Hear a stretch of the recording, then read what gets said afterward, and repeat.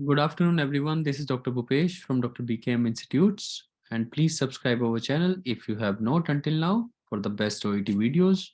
And our contact number is 76967342256. Today we are doing a very special letter.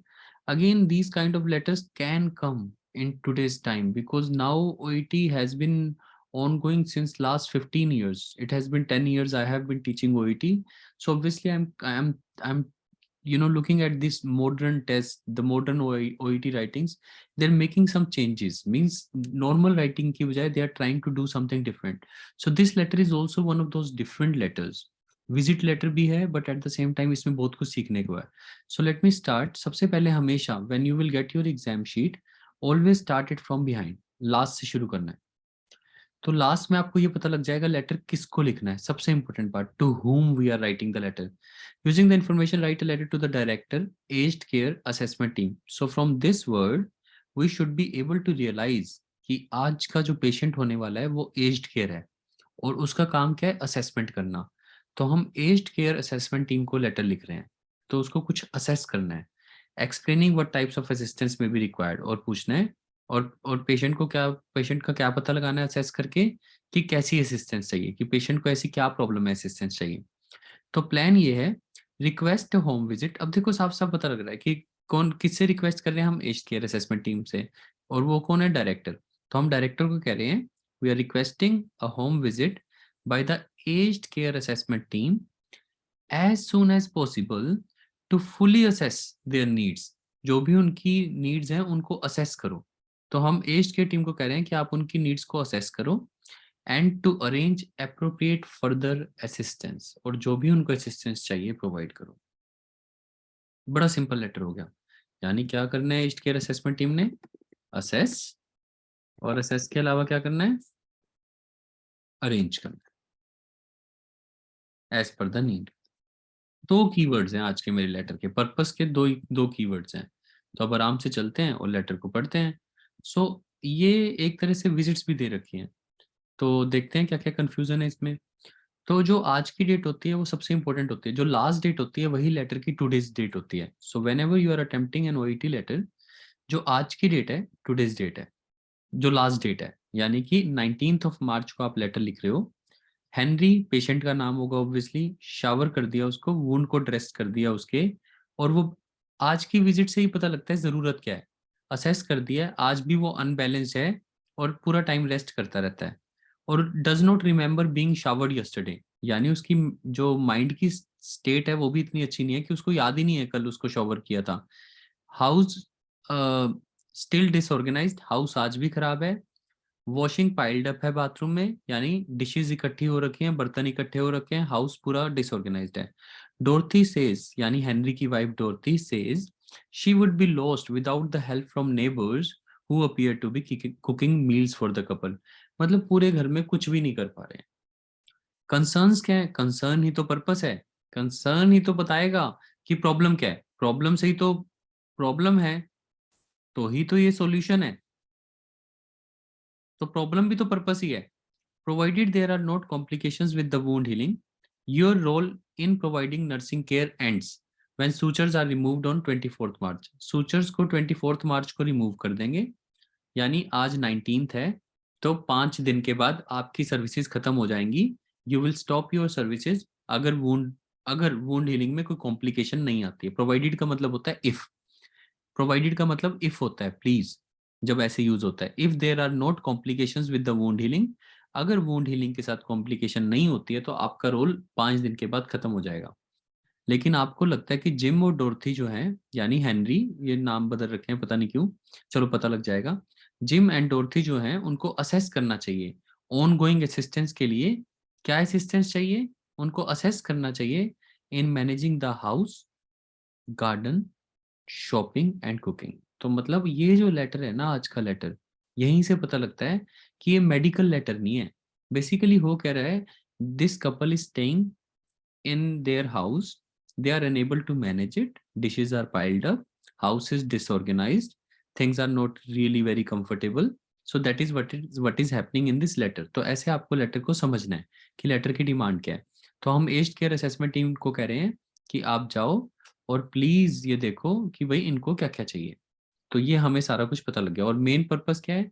House, garden, shopping और cooking. तो आज का letter हमारा medical based letter नहीं है, आज का लेटर है हमारा इस चीज से related. That is how you should assess. अब जब आप लेटर को बैक से देख लेते हो, टुडे विजिट पढ़ लेते हो, आपको पर्पस पता लग जाता है, तो लेटर को हमेशा फ्रंट पे ले आओ। अब बीच में बाकी विजिट्स नहीं पढ़नी, अब लाइन वाइज पढ़ना है। सो लाइन वाइज पढ़ते हैं। आज की डेट है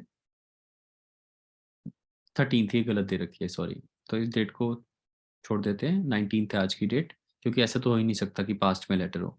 read the case notes below and complete the writing task which follows. You are a nurse at the Blue Skies nursing home. तो आप भी एक नर्स हो from Blue Skies home nursing centre. इसका मतलब साफ है कि आप भी घर जाके सर्विसेज देते हो। तभी तो आपने उसके घर में नोट किया ये अच्छा नहीं है, ये अच्छा नहीं है, ये नहीं है। You visited the patient at home today for the first time following a referral from the, ये भी गलत दे रखे हैं, ये कुछ कुछ लेटर में कमी आती है, तभी आप कह रहे हो ना ये कंफ्यूजन है। हाँ यार, फर्स्ट टाइम थोड़ी सेकंड टाइम है। Following a referral from the spirit public hospital he was discharge on 17। तो छोटी छोटी कमी है। तो 17 मार्च को पेशेंट डिस्चार्ज हुआ था, आज है 19, यानी 2 दिन पहले, 2 days ago the patient was discharge. बात बिल्कुल समझ आती है। उसके बाद क्या है, हेनरी ओकीफ है, ये है 2 फरवरी उसका 1929 को वो ही टुक बर्थ। एडमिटेड 12 में। अगर मैं इसकी एज निकालूं तो 71 + 12 83 ईयर्स ओल्ड लगभग इसकी एज है, क्योंकि 29 + 71 2000, 2012 का मतलब 71 + 12 83 years. Malignant melanoma off shoulder है, लेफ्ट शोल्डर इसको प्रॉब्लम, मैलिग्नेंट मेलानोमा हुआ था लेफ्ट शोल्डर का। तो वैसे हमें पेशेंट का थोड़ा सा बैकग्राउंड तो एज्ड केयर असेसमेंट टीम को दे ही देंगे कि छोटा मोटा बैकग्राउंड ये है कि पेशेंट को मेलिनोमा हुआ था। ठीक है, बिल्कुल सही चल रहा है, लेटर में तो कोई प्रॉब्लम नहीं है अभी तक। थोड़ी बहुत वो जो 2 चीजें ऑब्वियसली वो गलत दे रखी हैं, पर कोई बात नहीं। ठीक है, बाकी चीज हम पॉजिटिव चीजों पे फोकस करेंगे। हमें तो सीखना है लेटर से कि अगर ऐसा कुछ लेटर आता है तो कैसे मैनेज करना है। सो मेडिकल हिस्ट्री में लार्ज लीशन को रिमूव कर दिया 14th को, डिस्चार्ज किया 17th को, 2 दिन पहले। तो उसको असिस्टेंस चाहिए थी शावरिंग और dress wound prior to the removal of the sutures. Sutures remove होने हैं, हमने अभी पीछे पढ़ा था, सूचर्स रिमूव होने हैं 24 मार्च को। तो तब तक उसको ये असिस्टेंस चाहिए थी at Mater Public Hospital on 24 को। ये तो तब सूचर रिमूव होने हैं 24 को, चलो यहाँ पे भी रिपीट कर रखा है। फैमिली हिस्ट्री में मैरिड है, एज्ड पेंशनर है, अपने हाउसिंग कमीशन होम में रह रहा है विद वाइफ डॉर्थी, जो दोनों एज्ड पेंशनर है, मतलब दोनों बहुत ज्यादा एज्ड हैं, तभी तो पेंशन मिलती होगी। फिर 18th को हमें डाटा पता लगता है। 18th को जब हम पहली बार आए थे, तो पेशेंट को शावर किया, वुंड को ड्रेस किया, फर्स्ट होम विजिट 18th यानी यस्टरडे। इसको कभी 18th नहीं लिखना अगर आज 19th है, ब्लंडर में काउंट होगा। क्योंकि अगर आज 19th है तो 18th का मतलब यस्टरडे है, ये लिखो अगर मार्क्स चाहिए तो आपको। इसके आपके पॉइंट्स बढ़ते हैं। और इसके अलावा जो दूसरी चीज लिखते हो, अगर डेट डालते हो, तो वो थोड़ा सा नुकसान करती है। क्योंकि प्रैक्टिकली अगर मैं बात करूं, अगर आज 19th है तो 18th को मैं यस्टरडे ही बोलूंगा, मैं 18th क्यों बोलूंगा? कंफ्यूज करने वाली बात है।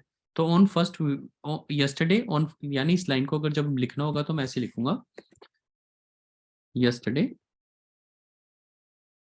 सबसे अच्छा लिखने का तरीका, during first visit, yesterday during first visit, ये पाया गया कि पैसिव वॉइस, जो मैं आपको हमेशा सिखाता हूँ, passive voice.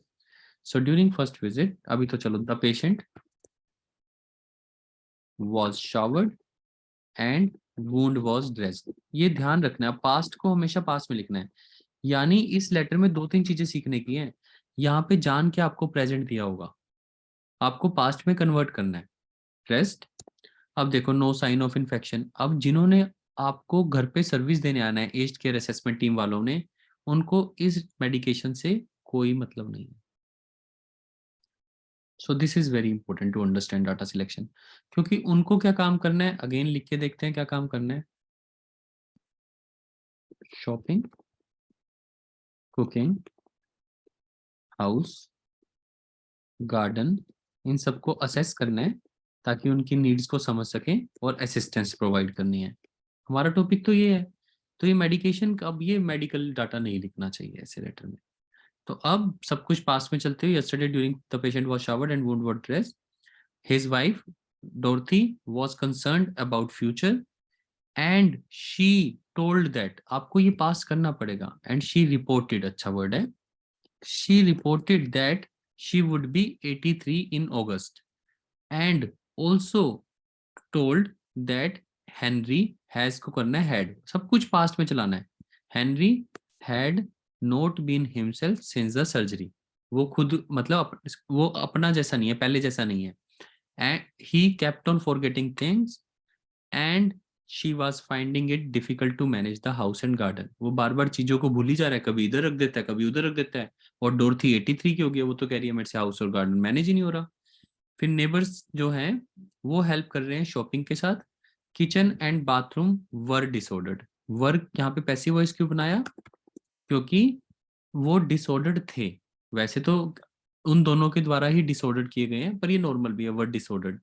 And they had trouble finding the clean towels, dishes were piled up. सब कुछ पैसिव चल रहा है, डिशेस पाइल्ड अप हैं, सब कुछ खराब हो रखा है. और टुडे जब हमने देखा तो आज भी घर की हालत वैसे ही है, डिशेस पाइल्ड अप हैं. तो हमारी कंसर्न ये है कि अब इस लाइन को लिखने का कोई वैल्यू नहीं है प्लीज, कि भाई हमारा रोल 24 को खत्म हो जाएगा. अगर लिखना चाहते हो तो वैसे लिख दो लास्ट में, please note our role will end on 24 March. पर देखा जाए तो इस टीम को इस डाटा की भी जरूरत नहीं है. वाई? क्योंकि अब ये थोड़ी, अगर हम 24 तक काम कर रहे हैं, हम पेशेंट को नहला रहे हैं, उसको स्टिचेस ध्यान रख रहे हैं, उसको वूंड ड्रेसिंग कर रहे हैं, इसका मतलब ये थोड़ी है कि 24 तक वो घर में गंदे बैठे रहेंगे. प्लीज टॉपिक को समझो. ये थोड़ी है 24 मार्च तक उनका घर साफ ही नहीं करने दोगे आप जब तक आप आ रहे हो. तो आपकी बात अलग है, आज है 19th, तो 20th से वो आना शुरू कर दें, 20th को होम विजिट पे करें फटाफट आके, और देखें घर की हालत. तो ये दोनों सर्विसेज पैरेलल चलेंगी. तो इसमें इस पॉइंट को लिखने का कोई मतलब नहीं है कि 24 मार्च के बाद आप आना. ऐसी ये भी एक गलती हो जाती है इस लेटर में. इसीलिए ये लेटर बड़ा इंपॉर्टेंट है छोटी छोटी बातें सीखने के लिए, कि प्रैक्टिकली सोचना पड़ेगा. फिर बड़ा सिंपल हो जाएगा लेटर. अब हमें सारी सिचुएशन पता लग गई है. अब हम अपनी शीट पे चलते हैं और देखते हैं हम क्या लिख सकते हैं फर्स्ट पर्पस में. बिल्कुल बेसिक्स फॉलो करना है, please don't hurry, don't do anything in hurry. देखो अब हमें टोटल 15 मिनट्स हुए हैं बात करते हुए, और लेटर जब समझ आ जाता है ना, उसको लिखने में कभी टाइम नहीं लगता, कभी भी नहीं. अगर लेटर समझ आ गया है तो मेरे को पर्पस लिखना है. This letter is being written regarding Mr Henry, जो भी नाम है मतलब वो बाद में कर लेंगे, एंड हिज वाइफ मिस डॉर्थी, जो भी नाम है. आप यहाँ पे फुल स्टॉप भी ले सकते हो, नहीं तो पहले आपको ये बताना चाहिए मिस्टर हेनरी ने क्या हुआ, हु अंडरवेंट एन ऑपरेशन, या तो पहले बता दो. अगर इस तरीके से लिखना चाहते हो आप ऐसे, डिपेंड करता है आपका कैसा मानना है उस दिन. तो मैंने पहले लिख दिया मिस्टर हेनरी, एक लाइन यहाँ से शुरू कर देता हूँ, mister Henry underwent this lesion removal या malignant meningioma surgery, and he is struggling to cope up. और वो स्ट्रगल कर रहा है कोप अप करने में. आराम से लिखो, मतलब आप इससे अलग भी बहुत कुछ अलग लिख सकते हो, ऐसा नहीं है. ये मेरा आज का मूड है. अगर आप मेरी पुरानी वीडियो देखोगे इसी लेटर के ऊपर, मैंने किसी और तरीके से लिखी होगी. तो सही और गलत इस बात पे नहीं होता कि आप क्या लिख रहे हो, मतलब आपका पॉइंट क्लियर होना चाहिए. तो मैं लिख रहा हूँ वो स्ट्रगलिंग कर रहे हो हिज वाइफ, या मिस डॉर्थी, अब तो नाम लिख ही दिया हिज वाइफ, तो miss Dorothy is is has told, या फिर ऐसे करते हैं miss Henry underwent surgery and he and his wife are struggling to with cope up with their regular routine. अपने रेगुलर रूटीन के साथ, मतलब वो कोप अप नहीं करते. They are struggling to cope up with their regular routine such as washing clothes, washing dishes and taking care of their house and garden.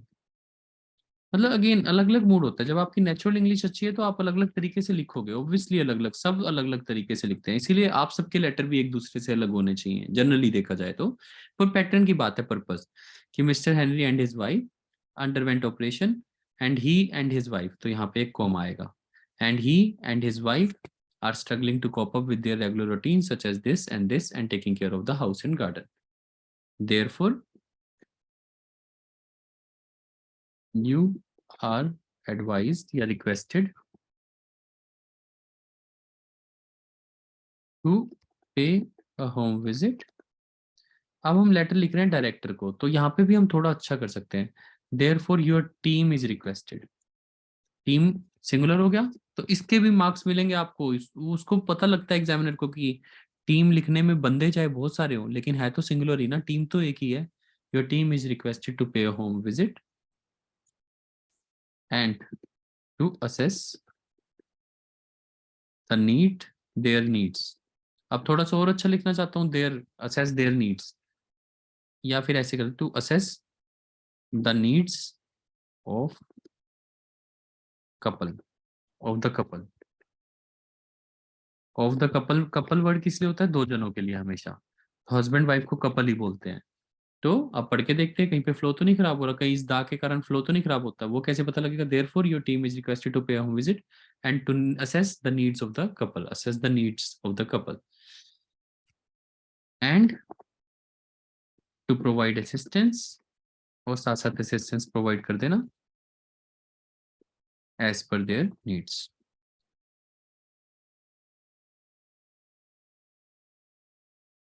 ठीक है, नहीं तो यहाँ पे भी खत्म कर, to assess the needs of and to provide assistance, बस ये भी ठीक है, इतना भी काफी, फ्लो नहीं खराब होता। This is how you should write, calmly composed.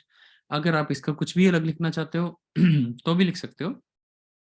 अगर मैं और दूसरे तरीके से लिख के देखता हूँ, आज मैं आपको फर्स्ट पैराग्राफ पे ज्यादा फोकस करते हैं, बाकी तो आसान ही है लेटर, वो हमने यस्टरडे वाली विजिट भी कर लिया है। This letter is being written regarding Mr Henry who underwent surgery for the malignant melanoma. After surgery, he and his wife, Mrs. Dorothy, are struggling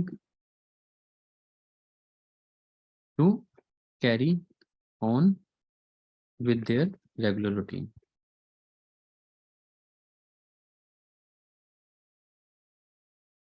They are unable to manage their house, garden, and other routine and other things. Therefore, it is requested to you. Therefore, you are requested to pay home. Therefore, your team is requested. Thus, this is another way of writing. Simple. Henry underwent surgery. After surgery, he and his wife are struggling to carry on with their. They are unable to manage their house, garden, and other things. Therefore, your team is requested to. ये ज्यादा simple है, आसान भी है। ये बहुत simple लगा मेरे को। ये लिख के ही पता लगता है कौन सा अच्छा है। हाँ, अगर मैंने ऐसे भी शुरुआत की तो दिक्कत नहीं है, इसमें मैंने अलग पॉइंट्स लिए हैं कि underwent surgery and they are struggling to cope up such as this and this. So these are the two ways of writing, फिर तो सिंपल ही चलेगा। So mister Henry is 84 years or 83-year old and his wife is old too. They both are aged pensioners. On first visit, which was yesterday, ऐसे flow में letter चलता है फिर। On first visit, which was yesterday, the patient and he was dressed, his wound was dressed and he was showered. His wife reported that he had not been himself, this and this fit today Henry does not remember. अब ये है today present में चलेगा। Today Henry does not remember that he was showered yesterday, also along with this, या फिर आप ऐसे कह सकते हो again it has been found. अब यही बस पैसिव वॉइस सीखने हैं। पहले हम कह रहे हैं वाज फाउंड पैसिव वॉइस के लिए, वाज डायग्नोज्ड विद ऐसे, प्रेजेंट में वॉज का हैज बीन बन जाता है पैसिव वॉइस में. It has been observed, again it has been observed that house is dirty, या हाउस इज नॉट क्लीन, या डिसऑर्गेनाइज, जो भी वहां पे वर्ड दिए आप आराम से वो उठाओ. दिस एंड दिस, फिर सारी कहानी लिखो. फिर नाउ, इसको अगर अलग से लिखना चाहते हो तो और भी अच्छा लगेगा. नाउ द कंसर्न इज, क्योंकि अगर ये मैं समझूं तो ये फर्स्ट पैराग्राफ ये था. सेकंड पैराग्राफ में सोशल हिस्ट्री छोटी थी, इसलिए मैंने फर्स्ट विजिट के साथ मिक्स की यस्टरडे के साथ. फिर टुडे की बातें लिख दी. फिर मैंने फोर्थ पैराग्राफ बनाया. Now the concern is that, concern ये बिल्कुल सिंपल लैंग्वेज. अगेन जितने ज्यादा मार्क्स चाहिए उतनी सिंपल लैंग्वेज. अगर 450 तक जाना है तो यही सिंपल लैंग्वेज है, natural writing. Now the concern is that they are finding it very hard to manage with their shopping, house and garden. So, या फिर therefore या hence. hence को वैसे कहते हैं मत लिखनी चाहिए, बट अगेन कोई प्रॉब्लम नहीं होती. एक कनेक्टर बार बार therefore लिखेंगे वो भी तो गलत है ना. So hence you, your team is requested, to pay a visit. अब जैसे हमने कहा था to assess their needs, तो थोड़ा सा चेंज कर दो. To pay a visit and do assessment या conduct assessment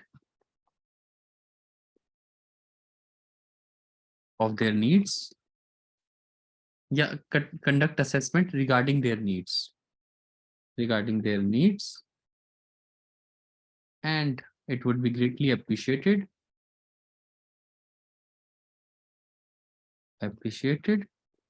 if you could provide the services. ऐसे भी लिख सकते हो, if you could provide the services according to their requirements. थोड़े से वर्ड चेंज कर दो ना, according to their needs की जगह according to their requirements.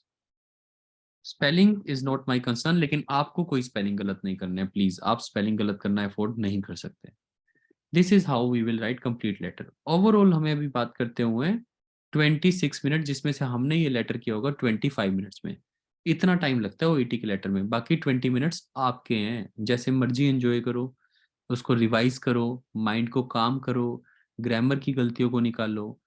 But आराम से लेटर लिखा जाता है, कोई जल्दी नहीं होती. 200 वर्ड्स लिखना कोई बड़ी बात नहीं होती. तो पहले जब शुरू में आप पेपर करोगे, तो अगर आपको 5 की बजाय 10 मिनट लगते हैं लेटर समझने में तो कोई प्रॉब्लम नहीं है. बस पर्पस निकाल लो, पर्पस निकल गया तो सब इजी है. और ग्रामर को तो वैसे ही गलत मत होने दो, पहली चीज ही ग्रामर है. तो ग्रामर और पर्पस है तो आपको कोई नहीं रोक सकता. You will surely pass. This is doctor Bhupesh from doctor BKM institute. Please write this letter on your own after listening to the recording. तब भी आपको कुछ सीखने को मिलेगा. सुनने से सिर्फ आप सुनते हो, जब आप अटेम्प्ट करते हो तब आप सीखते हो. सीखने के लिए अटेम्प्ट करना पड़ेगा एक बार दोबारा से अच्छे से. So okay, thank you.